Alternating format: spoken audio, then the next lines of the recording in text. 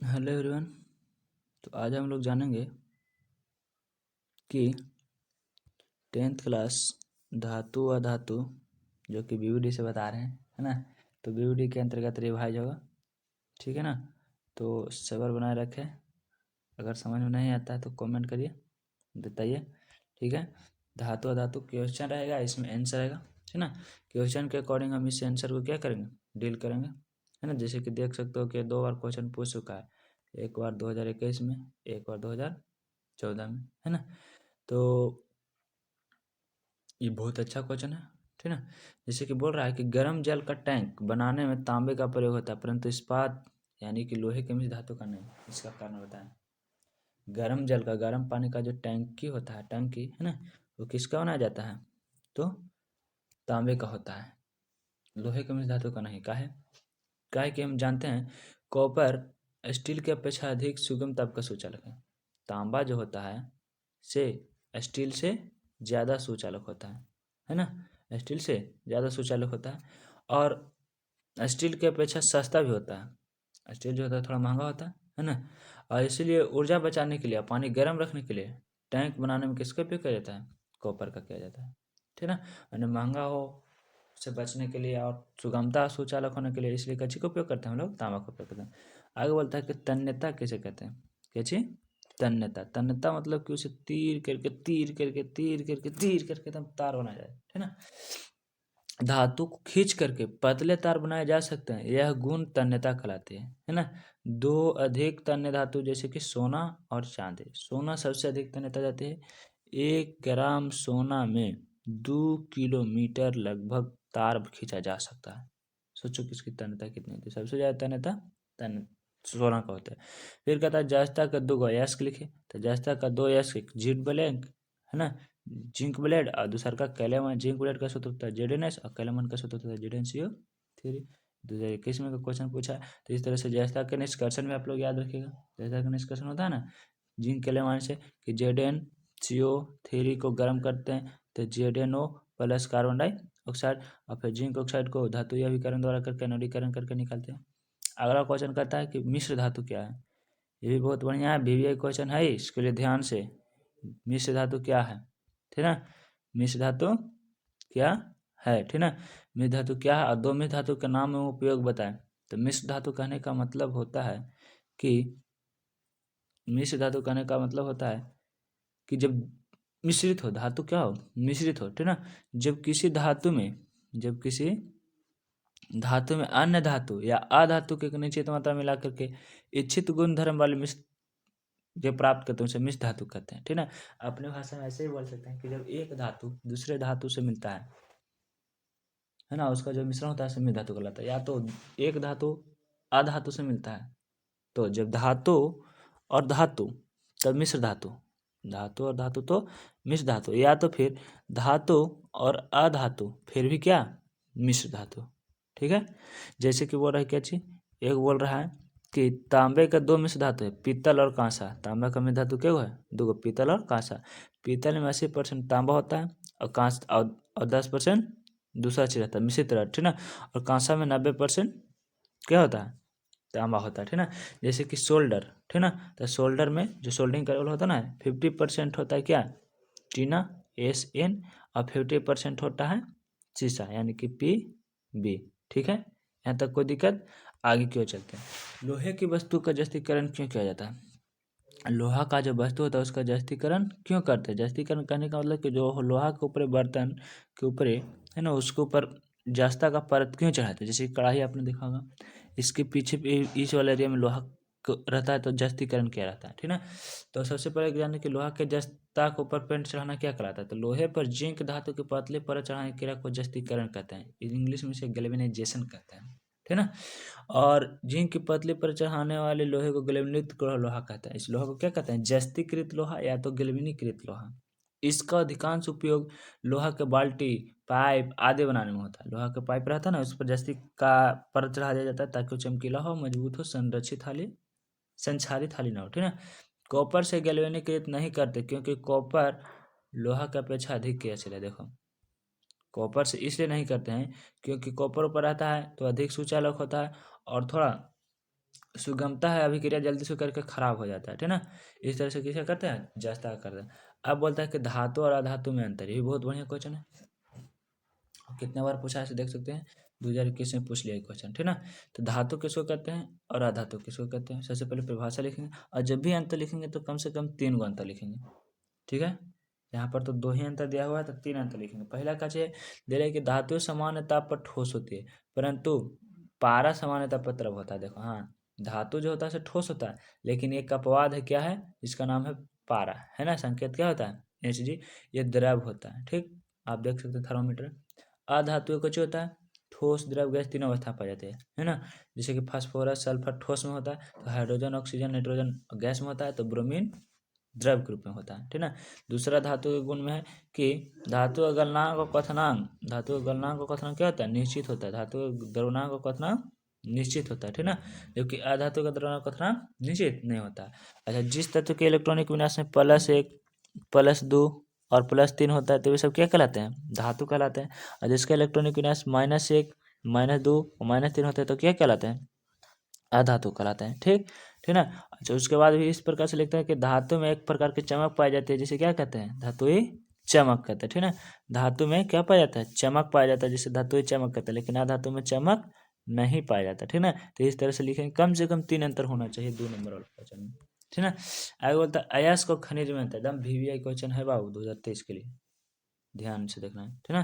क्या चीज हो रहा है कि अयस्क और खनिज में अंतर, ठीक है। देख ही रहे हो कि कितना बार पूछा है, 2020 और 2016 में पूछा है ना। कर है खनिज और अयस्क, ठीक। तो खनिज किसको कहते हैं, तो धातु के प्रकृत यौगिक के रूप में खनिज कहते हैं, जिसमें यौगिक में अयस्क के रूप में पाया जाए। अधिकांश धातु हमें यौगिक के रूप में प्राप्त होती है, जैसे कि तांबा हमें पेरियाइट से होता है, या क्यूपराइट से, लोहा हेमेटाइट से, है ना, मैग्नेटाइट से, इस तरह से। तो इसको क्या कहते हैं, खनिज कहते हैं। या तो ऐसे ही बोल सकते हैं कि वे सही पदार्थ जो धरती के अंदर से खन करके निकाल जाता है, उसे क्या कहते हैं, खनिज कहते हैं। अयस्क जिन पदार्थों से धातु का निष्कर्षण होता है, उसे क्या कहते हैं, अयस्क। जैसे एल्युमिनियम का निष्कर्षण बॉक्साइट से होता है, तो बॉक्साइट होता है क्या, एल्युमिनियम का अयस्क। लोहे का निष्कर्षण हेमेटाइट होता है, हेमेटाइट होता है क्या, लोहा का अयस्क, ठीक ना। या तो फिर कहते हैं खनिज में, जिस खनिज में धातु की मात्रा पाई जाती है उसे अयस्क कहते हैं, ठीक है। इसी के बाद पर एक चर्चा होता है कि सभी खनिज अयस्क नहीं होते, सभी खनिज जो है अयस्क नहीं होते, क्योंकि सब में धातु नहीं पाया जाता। जैसे कि मिट्टी, बालू, ये सब में धातु नहीं पाया जाता। मिट्टी में बहुत सारा एल्यूमिनियम का मात्रा रहता है, लेकिन इसमें साफ करना बहुत ही मुश्किल होता है। अयस्क में क्या होता है, धातु रहते हैं। सभी अयस्क खनिज होते भी हैं, सभी अयस्क क्या होता है, खनिज होता है, क्योंकि ये खन ही करके निकला गया है, जिसकी वजह से क्या होता है। ये बात ध्यान से रखना कि सभी खनिज अयस्क नहीं होते, सभी खनिज अयस्क नहीं होते, लेकिन सभी अयस्क खनिज होते हैं। जैसे दूसरा बात ये कहता है कि सभी दूध का पनीर बनाया जा सकता है, दूध से पनीर बनाया जा सकता है, बट सब पनीर से दूध नहीं बनाया जा सकता, बनाया जा सकता है, ठीक उसी प्रकार से, ठीक ना। आगे बोलता है कि जिंक को आयरन सल्फेट के विलयन में डालने से क्या होगा, जिंक को आयरन सल्फेट के विलयन में डालने पर क्या होगा, ठीक ना। ये भी क्वेश्चन बहुत बार पूछ चुका है, 2012, 2014, 2020। जब जिंक को आयरन सल्फेट के घोल में डालते हैं, तो जिंक आयरन सल्फेट के घोल से विस्थापित कर देता है। देखो जेडन है, माने कि जिंक है ना, और क्या है, जिंक है जेडन, ठीक।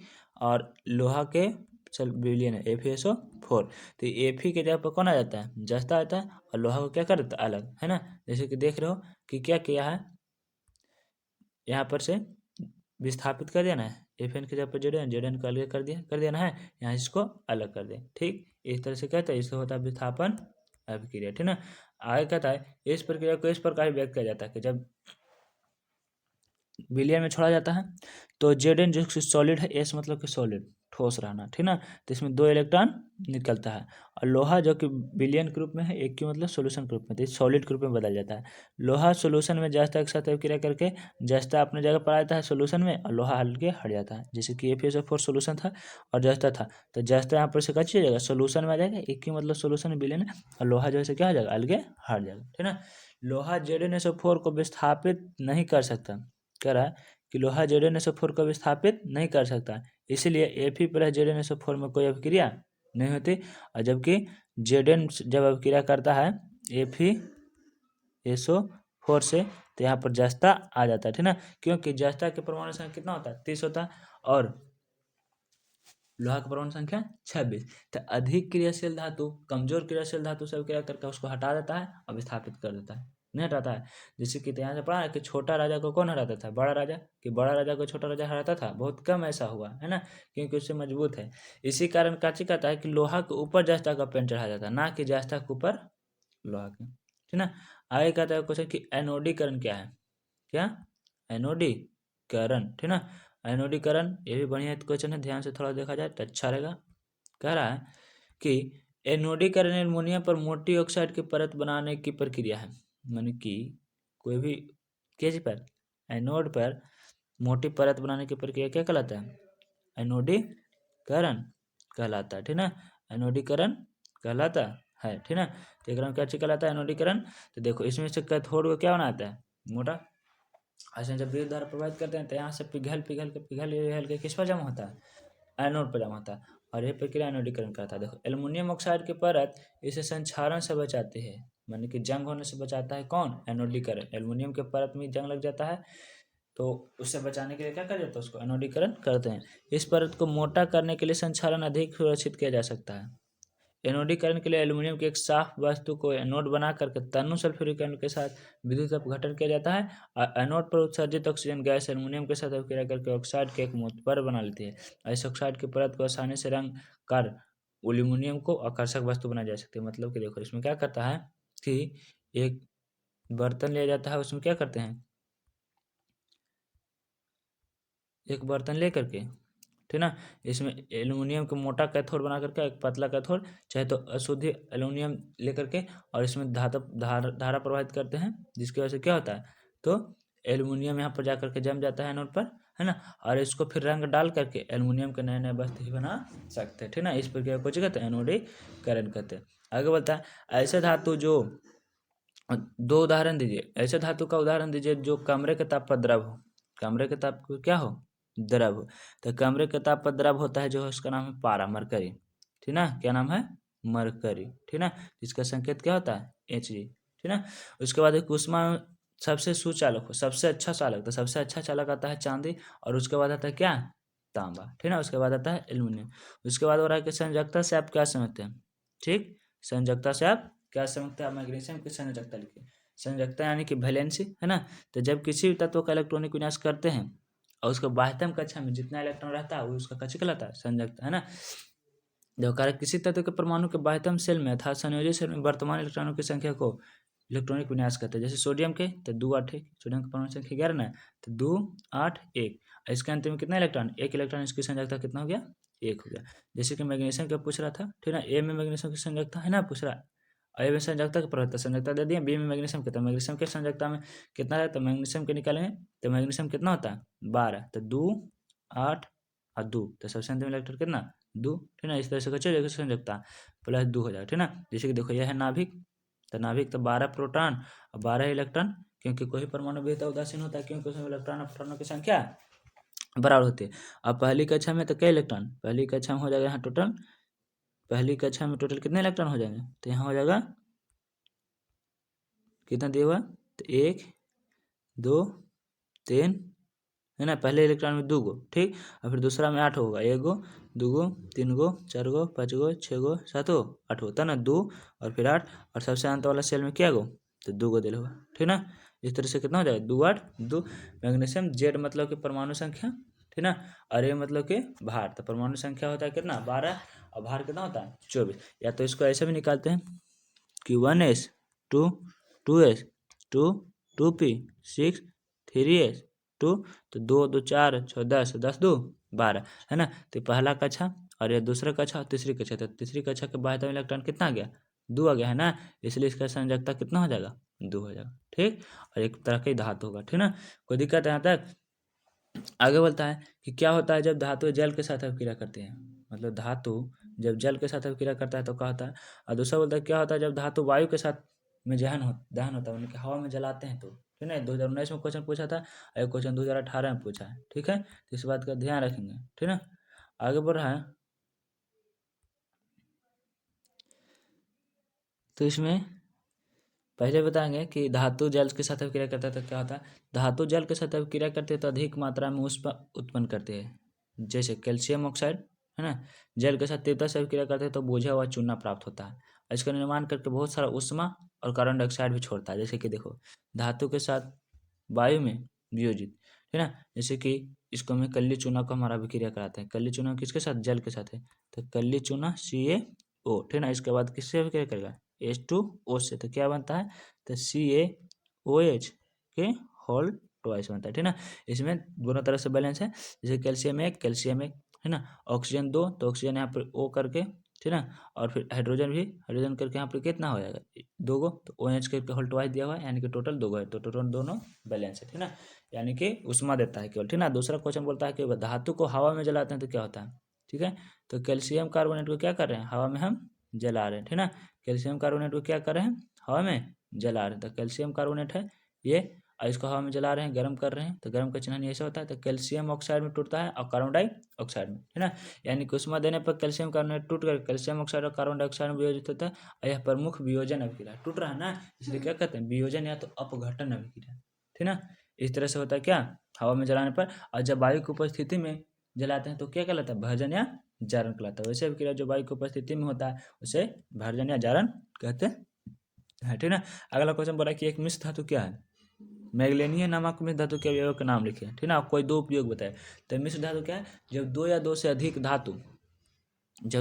अधिक धातु अथवा एक अधातु एक धातु समांग मिश्रण में होता है तो उसे क्या कहते हैं, मिश्र धातु, है ना। जैसे कि पीतल तो तांबा और जिंक का मिश्र धातु है, ठीक ना। कांसा तांबा और टीना का मिश्र धातु है। सोल्डर तो शीशा और टीना का मिश्र धातु है, ठीक ना।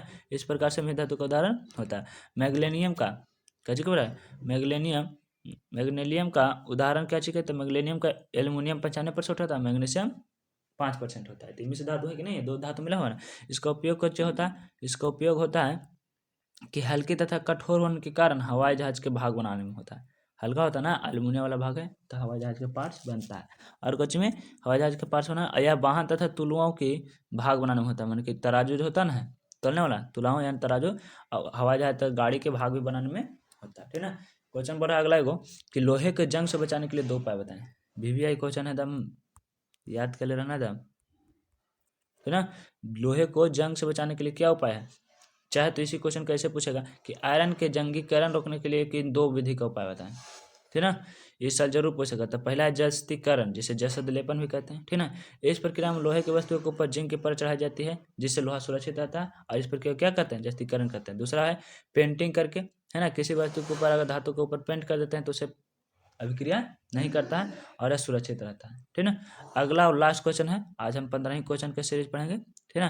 कि उभयधर्मी ऑक्साइड क्या है, उभयधर्मी ऑक्साइड क्या है, और 2 उभयधर्मी ऑक्साइड का नाम लिखिए। तो वे ऑक्साइड जो अम्ल और क्षार दोनों से अभिक्रिया करते हैं उसे उभयधर्मी कहते हैं। जो अम्ल और क्षार दोनों से अभिक्रिया करता है उसे कैसे कहते हैं, उभयधर्मी कहते हैं, ठीक ना। उदाहरण के लिए एल्युमिनियम ऑक्साइड निम्नलिखित तरीके से अम्लों के साथ क्षारों के साथ अभिक्रिया करता है। जैसे कि देखो, एल्युमिनियम ऑक्साइड जो है Al2O3, ये अम्ल हाइड्रोक्लोरिक अम्ल, है ना। इससे अभिक्रिया करके क्या बनाता है, एल्युमिनियम क्लोराइड और जल देता है। एल्युमिनियम ऑक्साइड सोडियम हाइड्रोक्साइड से, जो कि क्षार है ना, क्षार से अभिक्रिया करता है तो क्या देता है, सोडियम एल्यूमिनेट और जल देता है। तो एक तरह के Al2O3 क्या हो गया, उभयधर्मी ऑक्साइड हो गया। ये क्या हो गया, उभयधर्मी ऑक्साइड हो गया, ठीक है। अगला क्वेश्चन में आगे से पढ़ेंगे हम लोग।